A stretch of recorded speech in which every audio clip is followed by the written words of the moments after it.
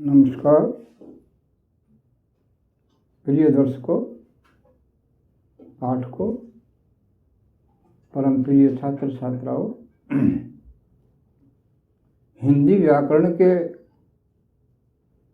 अभ्यासार्थ हम आज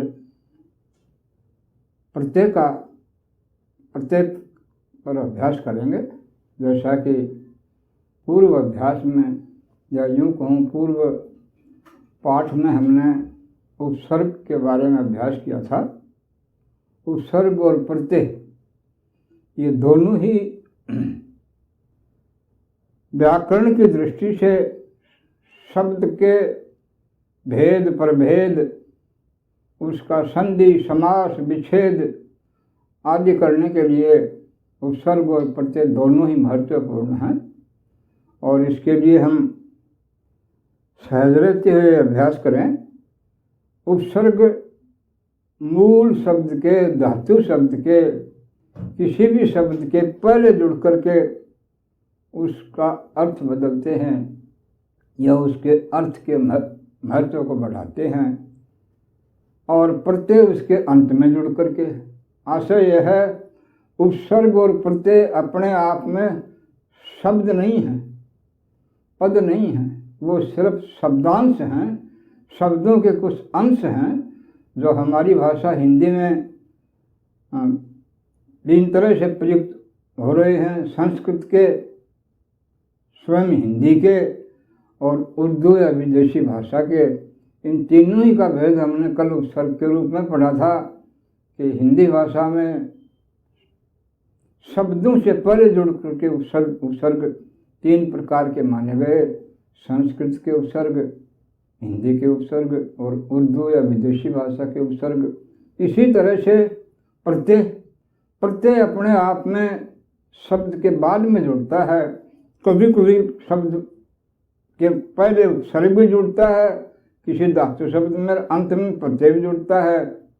दोनों जुड़ करके उस शब्द का रूप बदलते हैं या उस शब्द का महत्व बढ़ाते हैं। जैसे मान, अब मान के पहले अभी उपसर्ग जोड़ दिया तो शब्द बन गया अभिमान।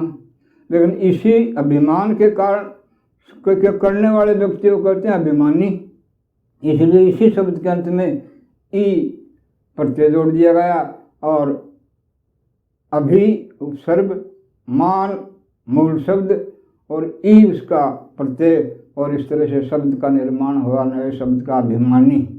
और हम समझ गए कि ऐसा अभिमान करने वाला व्यक्ति, घमंडी व्यक्ति जो है उसका अभिमानी कहते हैं। इस तरह से शब्द की मीमांसा, उसका पूर्ण खुलासा ये उपसर्ग और प्रत्यय के सही होता है। अतः इसमें सबसे महत्वपूर्ण बात तो ये है कि मैं इनका प्रारूप समझते हुए, इनको ठीक ठीक ध्यान में रखते हुए अभ्यास करें। आज हम प्रत्यय पर अभ्यास करेंगे। प्रत्यय, जैसा कि अभी मैंने बताया आपको, शब्द के अंत में जो शब्दांश जुड़ करके उस शब्द का आशय या अर्थ बदलता है या उसका महत्व बढ़ाता है, ऐसे शब्दांश को हिंदी में प्रत्यय कहते हैं। और प्रत्यय के तीन भेद बताए गए विद्वानों के द्वारा, संस्कृत प्रत्यय, हिंदी के प्रत्यय और विदेशी या उर्दू के प्रत्यय। देखिए श्यामपट्ट पर मैंने एक सारणी बनाई है प्रत्यय, जो ध्यान से आप उतार करके समझ करके सीखेंगे। प्रत्यय, हिंदी भाषा में प्रत्यय तीन प्रकार के प्रयुक्त हो रहे हैं। जैसे प्रत्यय के या आप यूँ को तीन भेद हैं, संस्कृत प्रत्यय, हिंदी प्रत्यय और विदेशी प्रत्यय।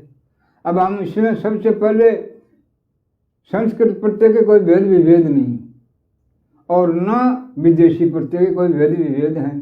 हिंदी भाषा में जो प्रत्यय मूल रूप से संस्कृत के तत्सम शब्द ही तद्भव के रूप में बन करके उपसर्ग और प्रत्यय के रूप में काम आ रहे हैं, उसके विद्वानों ने दो भेद कर दिए।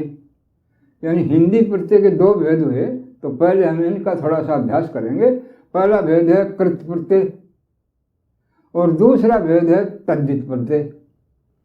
कृत प्रत्यय, तद्धित प्रत्यय ध्यान से सीखें। कृत प्रत्यय में कृत प्रत्यय वो प्रत्यय होते हैं जो क्रिया में जुड़ करके, यानी क्रिया का जो शब्द है उस क्रिया के शब्द में वो प्रत्यय कृत प्रत्यय जुड़ता है और फिर उस शब्द को संज्ञा या सर्वनाम शब्द के रूप में बदल देता है। ऐसे प्रत्यय को कृत प्रत्यय कहते हैं। और इसी तरह से तद्धित प्रत्यय जो है वो क्रिया को छोड़ करके संज्ञा सर्वनाम या विशेषण शब्दों में जुड़ते हैं और उसका रूप बदल देते हैं, उसका आशय बदल देते हैं। ऐसे प्रत्यय को तद्धित प्रत्यय कहते हैं। अब पहले हम थोड़ा सा अभ्यास करेंगे कृत प्रत्यय पर। कृत प्रत्यय में भी इसके 4-5 रूप माने गए हैं, या यूं कहो इसके 4-5 प्रकार हैं कृत प्रत्यय के भी।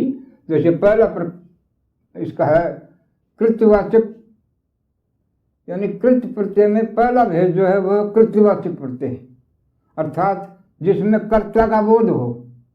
ऐसा प्रत्यय जो शब्द में जुड़ करके कर्ता के रूप में बदल दे, उसको कर्ता का बोध कराए, उसे कृतवाचक वो प्रत्यय कहते हैं। जैसे इसके भी छोटे छोटे शब्द आप इसमें जोड़ेंगे। हार, जैसे पालनहार, राखणहार, जाचनहार आदि शब्द इस हार से बनते हैं। और पालन में जब हार जुड़ा तो पालनहार शब्द जो है कर्ता का बोध करा रहा है। वाला, रखवाला, खाने वाला, जाने वाला आदि आदि शब्दों में जुड़ करके, ये क्रिया शब्दों में जुड़ करके और ये कर्ता का बोध करा रहे हैं, कर्तावाचक प्रत्यय हो गया। रक्षा करने वाला, रक्षक, अक प्रत्यय जुड़ता है इसमें, अक प्रत्यय है इसमें, वाला प्रत्यय है, रक्षक, बक्षक। इस तरह से अक प्रत्यय से अनेक शब्द बनते हैं। फिर दाता, ता से, इसमें ता प्रत्यय है, दाता, माता, नाता, गाता आदि। और इसमें अक प्रत्यय है, जैसे गायक, नायक आदि प्रत्यय, ये अक प्रत्यय जुड़ करके आदि शब्दों का निर्माण करते हैं। आशय यह है कि ये कर्तवाचक जो पहला भेद है इसका, इस कर्तवाचक में इसमें कर्ता का बोध होता है और इन शब्दों से इसका निर्माण होता है। और दूसरा है कर्ता का बोध कराने वाले के बाद में कर्मवाचक कृत प्रत्यय, यानी कृत प्रत्यय में पहला है कर्ता वाचक कृत प्रत्यय, दूसरा है कर्मवाचक कृत प्रत्यय।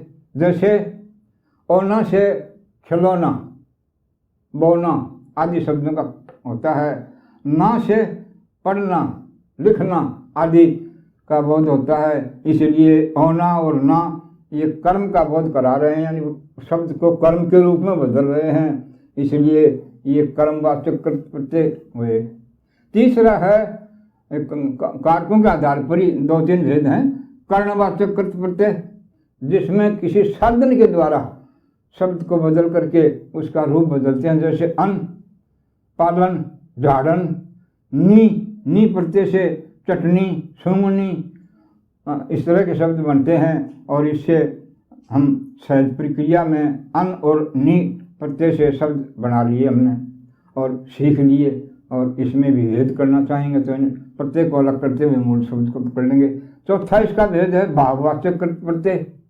जैसे आप से, आप अपने आप में एक प्रत्यय है और मिलना क्रिया है, इसमें जुड़ करके भाव बन गया मिलाप, विलाप। और आवट से मिल करके, आवट भी प्रत्यय है जो भाववाचक शब्द बना रहा है, मिलावट। और इस तरह से ये भाववाचक कृत प्रत्यय जो हैं भाववाचक संज्ञा के रूप में हमारे सामने आ रहे हैं। और पांचवा इसका भेद है कृतवाचक कृत प्रत्यय का क्रियावाचक कृत प्रत्यय। जैसे या से शब्द बना आया, खाया, पिया, गया आदि। और कर से गाकर, सुनकर, लिखकर, बोलकर आदि ये शब्द जो हैं क्रिया में जुड़ करके और मूल शब्द को बना रहे हैं। आ से सूखा, भूखा, रूखा आदि। और ता से खाता, लिखता, पढ़ता, जाता, आता आदि। और इस तरह से ये क्रियावाचक कृत प्रत्यय जो हैं ये क्रिया के साथ जुड़ करके प्रत्यय और उसको क्रियावाचक कृत प्रत्यय का रूप दे रहे हैं। इस तरह से हमने कृत प्रत्यय के 5 भेद पढ़े और ये क्रिया में जुड़ करके इनका रूप बदलता है। और आप इसको ठीक से समझिए, याद रखिए। कृतवाचक कर्ता का बोधक है, कर्मवाचक कर्म का बोधक है, कर्णवाचक कर्णकारक का बोधक है, भाववाचक भाव का बोधक है या भाववाचक संज्ञा का बोधक है, और क्रियावाचक क्रिया का अर्थात क्रिया के रूप में उस शब्द को लाता है हमारे सामने। तो ये हुए कृत प्रत्यय। और इसके बाद में हिंदी प्रत्यय के 2 भेद हैं। कृत प्रत्यय, दूसरा है तद्धित प्रत्यय। तद्धित प्रत्यय भी कृत प्रत्यय की तरह से ही किसी भी शब्द के अंत में शब्दांश जुड़ करके और उसको रूप बदलता है। ये तद्धित प्रत्यय जो है, इसमें तो क्रिया के रूप में शब्द बने थे, यानी ये तो संज्ञा और विशेषण के साथ जुड़े थे और क्रिया के साथ जुड़े थे। और ये तद्धित प्रत्यय जो है, क्रिया को छोड़कर संज्ञा, सर्वनाम और विशेषण तीनों प्रकार के शब्दों में जुड़ करके नए शब्द बनाने वाले प्रत्यय जो हैं वो तद्धित प्रत्यय कहलाते हैं। सार रूप में ये समझिए कि ये संज्ञा, सर्वनाम और विशेषण में जुड़ते हैं तद्धित प्रत्यय, और कृत प्रत्यय केवल क्रिया शब्द में जुड़ते हैं। अतः ये क्रिया में जुड़ करके संज्ञा या विशेषण शब्द बनाते हैं और तद्धित प्रत्यय संज्ञा, सर्वनाम या विशेषण शब्द में जुड़ करके उसका रूप बदलते हैं। ऐसे प्रत्यय तद्धित प्रत्यय कहलाते हैं। अब हम तद्धित प्रत्यय के भेदों पर भी कुछ विचार करेंगे। जैसे श्यामपट के ऊपर मैंने इसका वो रूप दिया है। तद्धित प्रत्यय के 7 प्रकार होते हैं। तद्धित प्रत्यय जैसे हमने कृत प्रत्यय के 5 भेद पढ़े थे, इसी तरह से तद्धित प्रत्यय के 7 भेद या 7 प्रकार होते हैं। पहला है कृत्यवाचक तद्धित प्रत्यय, जो उसमें भी वैसे भी था वैसे ही शब्द इसमें जुड़ते हैं और इसमें विभिन्न प्रकार के प्रत्यय जुड़ करके और शब्द को रूप बदलते हैं, यानी उसको संज्ञा का या सर्वनाम का या विशेषण का शब्द बना देते हैं। जैसे पहला है आर। पहला तद्धित प्रत्यय आर से शब्द बने सुनार, लोहार, ये संज्ञावाचक शब्द बन गए और इससे जातिवाचक संज्ञा का बोध हो गया हमें। दूसरा है गर। गर से शब्द बना बाजीगर, जादूगर, संज्ञा का बोध हो गया।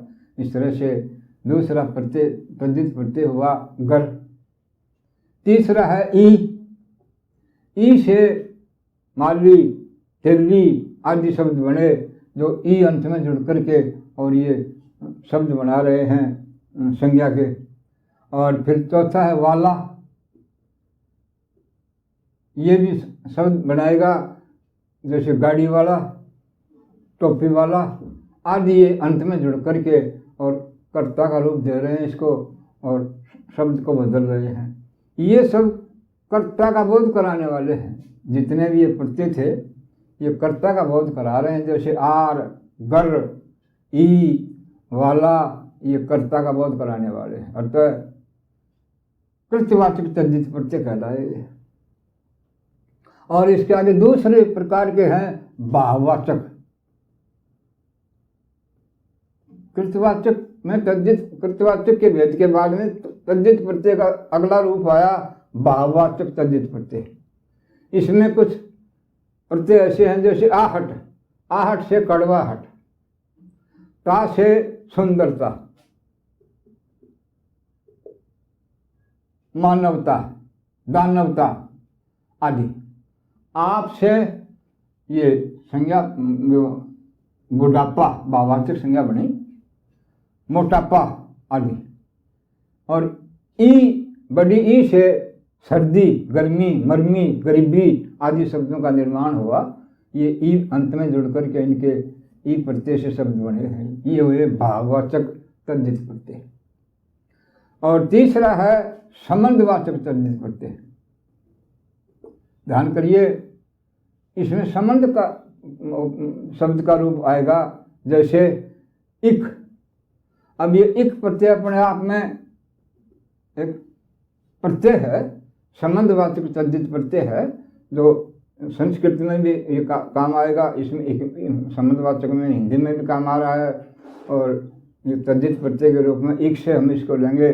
जैसे शरीर के साथ जुड़ाए तो शरीर का हो गया शारीरिक, समाज के साथ जुड़ा सामाजिक, और ये अपने आप में एक बहुत महत्वपूर्ण प्रत्यय है जो किसी भी शब्द के साथ जुड़ करके उसका एक रूप में परिवर्तन करता है, और इसका परिवर्तन विशेष प्रकार का होता है जो आगे कुछ आपको अलग से बताऊंगा।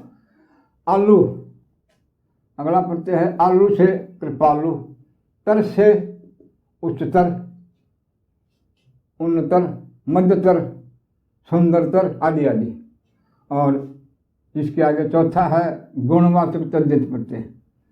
इसमें गुण का बोध होता है। जैसे वान एक प्रत्यय है, ये गुण में जुड़ करके हो गया गुणमान, बल में शक्ति में जुड़ करके हो गया शक्तिवान, बलवान आदि शब्दों का निर्माण करता है। और इसी के साथ ये से ये भी एक विशेषता आएगी इसमें। जैसे भारत के साथ ये जुड़ करके भारतीय, और जातीय जाति के साथ जुड़ करके जातीय। इसी तरह से अगला प्रत्यय है आ, जो सूखा भूखा आदि शब्दों के साथ जुड़ करके शब्द को परिवर्तित कर रहे हैं। और पांचवा इसका भेद है तद्धित प्रत्यय का स्थानवाचक तद्धित प्रत्यय। और इसमें जैसे वाला से स्थान विशेष के साथ जुड़े गए, डर वाला, शहर वाला, गांव वाला, दिल्ली वाला, या कुछ भी कहिए, किसी भी शहर गांव के साथ जोड़ करके वाला शब्द लगा दीजिए, ये स्थानवाचक तद्धित प्रत्यय हुआ। और इसी तरह से भाषा में जैसे रूस का है तो उसका ई प्रत्यय जुड़ करके रूसी, चीन का है तो चीनी, वो व्यक्ति चीन का रहने वाला था चीनी, रूस का रहने वाला था रूसी, अरब का रहने वाला था अरबी। इससे ये ई प्रत्यय जुड़ करके शब्द का रूप बदल रहे हैं। फिर है छठा भेद है इसका ऊनतावाचक तद्धित प्रत्यय। ये अपने आप में ऊन माने होता है कम का बोध कराता है ऊन। इसलिए छठी प्रकार का जो भेद है तद्धित प्रत्यय का थोड़ा ध्यान में रखिए। ऊनता का मतलब है छुटपन दिखाना, छोटापन दिखाना, कम दिखाना। जैसे ईया, तो ईया शब्द जो है ये ऊनतावाचक तद्धित प्रत्यय है। जैसे लुटिया, खटिया, बिटिया आदि शब्दों का बोध करा रही है। जो छोटे रूप में ला रहा है उसका बेटी के लिए बिटिया, लोटे के लिए लुटिया, छोटे खाट के लिए खटिया आदि। और इसी तरह से ईया के बाद में ओला, ये भी ऊनतावाचक तद्धित प्रत्यय है। ये भी छोटे का भेद कराएगा। जैसे खाट का रूप दे दिया खटोला, पड़े खटोले पर रहे नींद न आई रात। खटोला शब्द जो है ये खाट का छोटा रूप बताता है। सपोला सांप का छोटा रूप सपोला आदि। यानी ये ऊनतावाचक तद्धित प्रत्यय जो है छोटे रूप में उस चीज़ को पेश करते हैं और शब्द का छोटा रूप दर्शाते हैं। इसीलिए इसको ऊनतावाचक तद्धित प्रत्यय में रखा गया। और सातवां फिर तद्धित प्रत्यय है स्त्रीवाचक तद्धित प्रत्यय। जैसे आइन, तो इससे शब्द बनेंगे पंडिताइन, पुरोताइन, नाइन आदि शब्द बनते हैं। आइन से स्त्रीवाचक शब्द बनेंगे। इनसे मालिन, तेलिन, धोबिन आदि शब्द बनेंगे। नी से मोरनी, शेरनी आदि स्त्रीलिंग के शब्द बनेंगे। और इस तरह से ये स्त्रीवाचक तद्धित प्रत्यय सातवां भेद हुआ तद्धित प्रत्यय का। और इस तरह से हिंदी के दोनों प्रत्यय कृत प्रत्यय और तद्धित प्रत्यय दोनों हमारे सामने आए, इनका हमने अभ्यास किया। अब हम चलेंगे संस्कृत प्रत्यय पर। संस्कृत प्रत्यय अपने आप में बहुत महत्वपूर्ण होते हैं। ये भी हिंदी से भी ज़्यादा कारगर हैं क्योंकि ये तत्सम रूप में हमारे सामने आ रहे हैं और हमारे हिंदी के शब्दों के साथ जुड़ करके हमारा ज्ञान वृद्धि कर रहे हैं और हमें शब्द का सब तरह से बोध कराते हैं। जैसे पहला है संस्कृत प्रत्यय में इत, हर्षित, गर्वित, ये गर्व जोड़ इत, हर्ष जोड़ इत। यानी ये इत प्रत्यय जो है किसी भी शब्द के साथ जुड़ करके उसका रूप बदल रहा है, इसलिए ये संस्कृत का प्रत्यय हुआ इत। इसमें आपसे हर्षित शब्द दे करके यदि कोई ये कहे हर्षित की संधि कीजिए तो ध्यान करिए, आप संधि विच्छेद में भी सामासिक पद में भी संधि विच्छेद में विशेष करके आप अंत में प्रत्यय या शुरू में उसका उपसर्ग है ये ध्यान करते हुए उसकी संधि करेंगे तो सही संधि होगी। हर्षित में आप सोचिए इत प्रत्यय है तो इत करते ही और आप इसकी संधि विच्छेद कर देंगे, हर्ष जोड़ इत बराबर हर्षित। इसी तरह से संस्कृत प्रत्यय में दूसरा महत्वपूर्ण प्रत्यय है इक। इक से जैसे धर्म से धार्मिक और कर्म से कार्मिक, इसी तरह से अनेकों शब्द इसके आएंगे आपके सामने। समाज से सामाजिक, नीति से नैतिक, और अनेक शब्द इसका रूप बदलेंगे। इक प्रत्यय अपने आप में एक ऐसा शब्द है जो शब्द के पहले वर्ण की मात्रा बढ़ाता है। जैसे मूल शब्द है, मूल में यदि इक जोड़ेंगे, हम इक प्रत्यय जोड़ेंगे तो मूलिक नहीं होगा। पहले शब्द मुंह की मात्रा बढ़ करके मौलिक हो जाएगा और मूल से इक प्रत्यय जुड़ करके होगा मौलिक।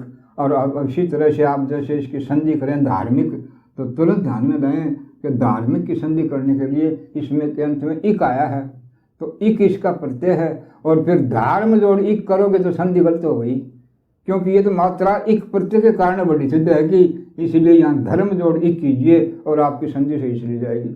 अतः ये प्रत्यय उपसर्ग संधि विच्छेद में भी विशेष काम आपके आएंगे। ये ए या ये, जैसे राधे, कौंते, पाथे आदि, ये या केवल ये या ए दोनों शब्दों का प्रत्यय रूप में जोड़ करके ये शब्द को विशेष रूप से महत्व में लेते हैं। इक और ए या ये प्रत्यय का हम थोड़ा सा आगे और विवेचन करेंगे, क्योंकि ये दोनों ही महत्वपूर्ण प्रत्यय हैं। इसके बाद में बढ़ेंगे तम प्रत्यय से।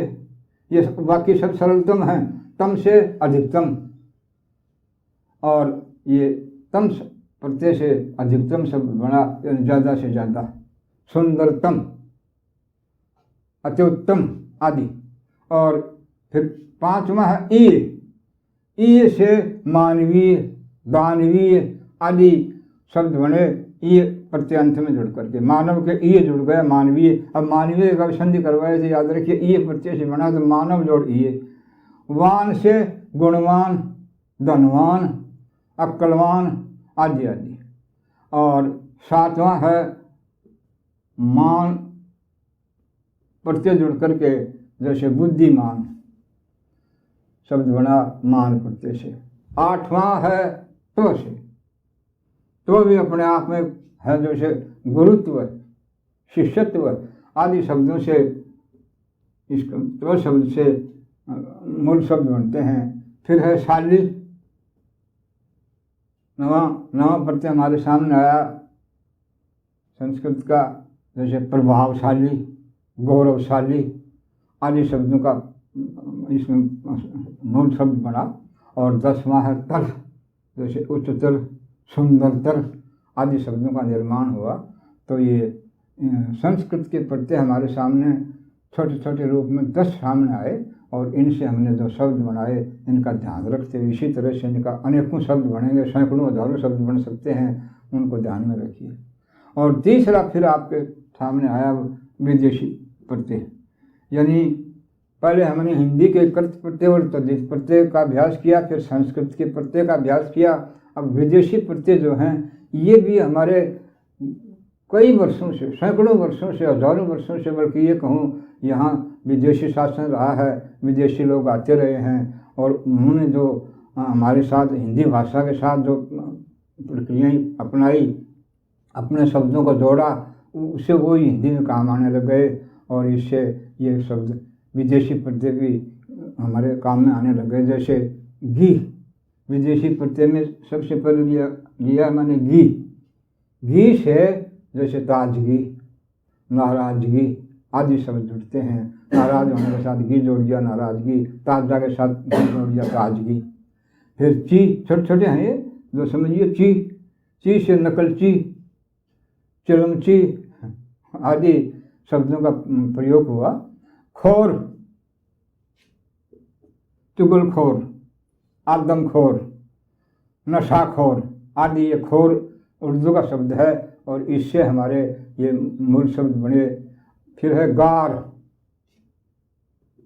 मददगार, यानी जो मदद करता है वो मददगार, इसलिए गार से, गार प्रत्यय से, विदेशी प्रत्यय से या उर्दू के प्रत्यय से शब्द बना मददगार। बाज, बाज से धोखेबाज, नशेबाज आदि शब्दों का बाज शब्द जोड़ करके और उसका हिंदी भाषा में प्रयोग होता है। नामा से जैसे बाबरनामा, जहांगीरनामा, अकबरनामा आदि शब्द नामा से, नामा प्रत्यय से जुड़ करके बन गए और हिंदी भाषा में काम में आ रहे हैं। मंद, मंद से जरूरतमंद, अक्लमंद, यानी इस तरह के शब्द जो मंद से जुड़ करके काम में लिए गए वो शब्द मंद प्रत्यय से बने हुए माने जाएंगे। गाह से जैसे दरगाह, ईदगाह आदि शब्द गाह उर्दू प्रत्यय से बने और इस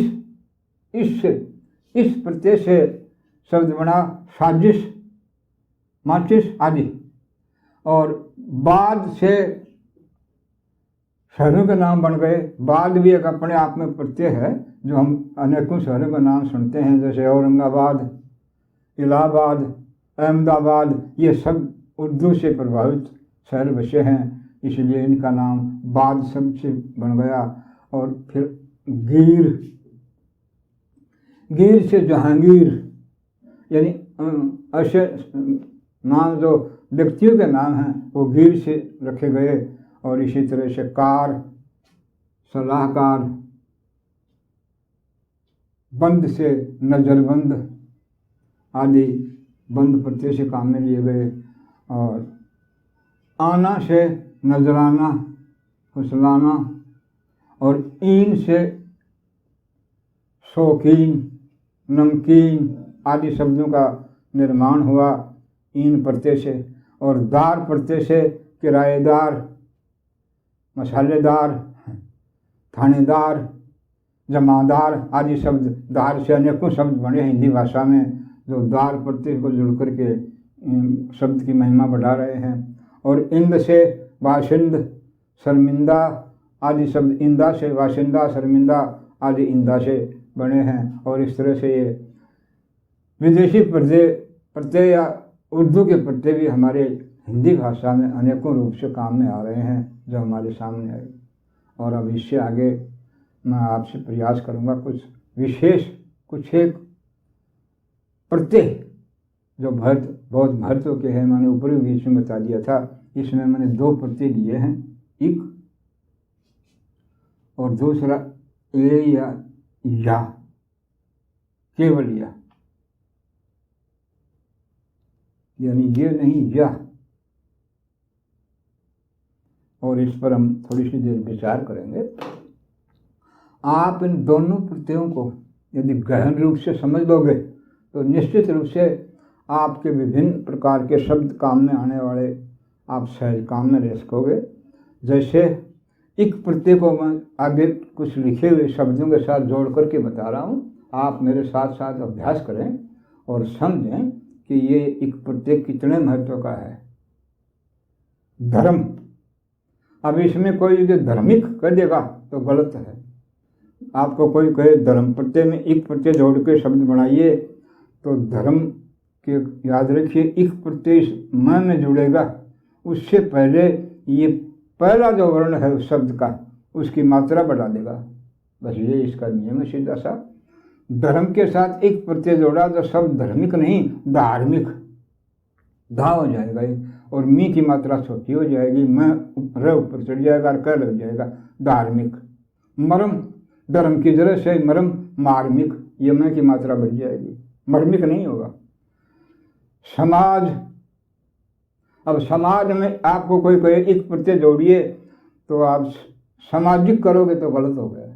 याद रखिए एक प्रत्यय जो ही जुड़ेगा इस अंतिम वर्ण में जुड़ जाएगा और पहला जो वर्ण है उसकी मात्रा बढ़ा देगा, आगे बढ़ा देगा उसको मात्रा के रूप में। जैसे अ आ ई उ ए ऐ ओ औ, ये हमने सीखे हैं मात्रा के रूप में स्वर। उनकी मात्रा यहाँ बढ़ेगी। तो समाज का एक प्रत्यय जोड़ोगे तो शब्द बनेगा सामाजिक, ये स का सा हो जाएगा। माध्यम का तो रह जाएगा, जी छोटी लग जाएगी, इसमें क्या हो जाएगा सामाजिक। अब सामाजिक शब्द का आपसे कोई ये कहे संधि विच्छेद कीजिए तो आप समाज जोड़ इक करेंगे तो गलत है। आपको ध्यान करना पड़ेगा कि ये इक प्रत्यय से बना है, इसलिए इक को अलग करूँगा। जो ही समाज का पहला वर्ण जो है उसकी मात्रा कम हो जाएगी, सा इक प्रत्यय के प्रभाव से सा लगा है, इसलिए समाज जोड़ इक बराबर सामाजिक, ये इसका संधि करेंगे। लोक, अब आप 3-4 शब्दों से सीख गए होंगे। लोक, लोक में हम इक जोड़ें तो लौकिक नहीं लौकिक हो जाएगा। लो जो है इसके ऊपर लो लव की मात्रा हो जाएगी लौकिक। दैव, दैविक, दैविक नहीं दई की मात्रा हो जाएगी। जैसे ये लव की मात्रा हो गई थी, यहाँ दैविक हो गया, मात्रा बढ़ गई। रसायन जोड़ इक तो रासायनिक सही नहीं है। आप यहाँ सोचिए इक प्रत्यय इसमें न में जुड़ेगा तो जुड़ते ही पहला जो वर्ण है र, इसकी मात्रा बढ़ा देगा, अर्थात रा हो जाएगा रासायनिक, और ये इसका एक प्रत्यय सही जुड़ा। रासायनिक की संधि करनी आए तो आप तुरंत सोचिए एक प्रत्यय को हटाएंगे तो रासायन का रा जो है वो र बन जाएगा, रसायन जोड़ एक बराबर रासायनिक। पुराण, सोचिए पुराणिक गलत है। नियम यह है कि एक प्रत्यय जो या आखिरी वर्ण में जुड़ेगा तो पहला जो वर्ण है उसकी मात्रा बढ़ेगी, तब जाकर के कहीं सही होगा। तो प पा पी पी पू पू पे पई पो, पे पई नहीं बैठेगा इसमें, पो पऊ, और पऊ मात्रा बढ़ेगी इसकी, पू की ऊ की मात्रा जो है पऊ में चली जाएगी। पौराणिक, इक तो इसमें जुड़ी जाएगा, नी छोटी हो जाएगी, कह लग जाएगा पौराणिक। अब पौराणिक की संधि कराए तो एक प्रत्यय को अलग करते पुराण, पुराण प्लस एक बराबर पौराणिक।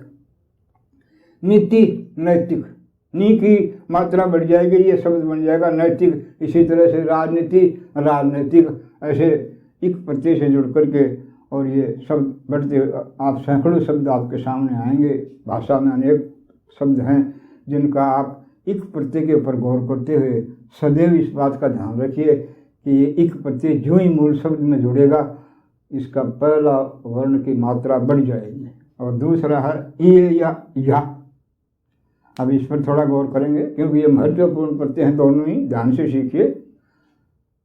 अग्नि, अग्नि में एक प्रत्यय जोड़ना हो आपको तो अग्निय नहीं करेंगे, ये मात्रा यहाँ बढ़ जाएगी। आग्नेय, आग्नेय, आग्नेय, ये ने लग करिए, ये आग्नेय शब्द बन जाएगा। पथ, अब पथ के साथ आप ए जोड़ेंगे या जोड़ेंगे, ए जोड़ेंगे ए तो पथेय नहीं होगा, मात्रा बढ़ेगी और होगा पाथेय। पथ माने रास्ता, और इसी से फिर इसकी संधि बनी पाथेय। पाथेय माने रास्ते का नाश्ता, अच्छा कलेवा, खाने पीने की चीज़, रास्ते में खाने पीने की, इसीलिए पथ से ए जुड़ करके शब्द बना पाथेय। राधा, अब राधा शब्द के साथ ए प्रत्यय जोड़ा तो राधा ए नहीं होगा, यहाँ शब्द बदलेगा, धे की मात्रा बदल जाएगी राधेय, राधा से बन जाएगा राधेय। कुंती से कौंतेय, को हट जाएगा और कौ शब्द बन करके और ये ती हट जाएगी, इस पर ए लग जाएगी कौंतेय, और ये शब्द आ जाएगा कौंतेय। अब देखिए सीखिए, महत्वपूर्ण शब्द है उदार। अब आपको कोई कहे उदार में